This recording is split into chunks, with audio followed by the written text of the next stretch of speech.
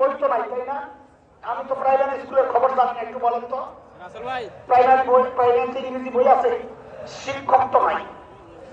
বাংলা বই আছে নাকি? ওটার তো শিক্ষক নাই। অঙ্ক বই আছে, ওটার তো শিক্ষক নাই। বিজ্ঞান বই আছে নাকি? ওটার তো শিক্ষক নাই। সব বইয়ের শিক্ষক আছে। হাই পড়া কপাল, গর্ব করেন না? 93% মুসলমানের দেশে বসবাস করেন, গর্ব করেন। আপনাদের লজ্জা থাকা দরকার। এই সরকার, এদের কাছে আমরা বারবার একটা আবেদন করেছি, সেটা কি জানেন? সব বইয়ের শিক্ষক আছে। 93% মুসলমানের দেশে একটা নিরীহ বই আছে, ইসলাম ধর্ম শিক্ষা, যে বই আছে কিন্তু শিক্ষক নাই।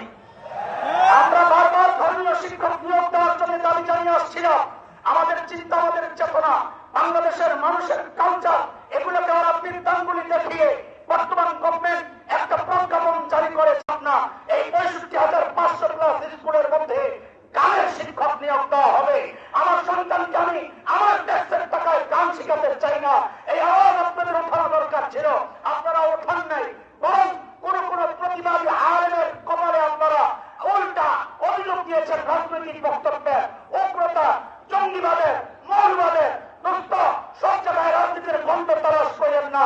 এটা রাজনীতির বিষয় না, এটা আমার ইমানের ব্যাপার, এটা আমার বিশ্বাসের ব্যাপার, এটা আমার আকীদার ব্যাপার, এটা আমার চেতনার ব্যাপার। ভবিষ্যতে এমন চক্রান্ত আরো হবে, যাদের নুন খায়, এদের সিদ্ধান্ত বাস্তবায়নের জন্য, এদের কালচার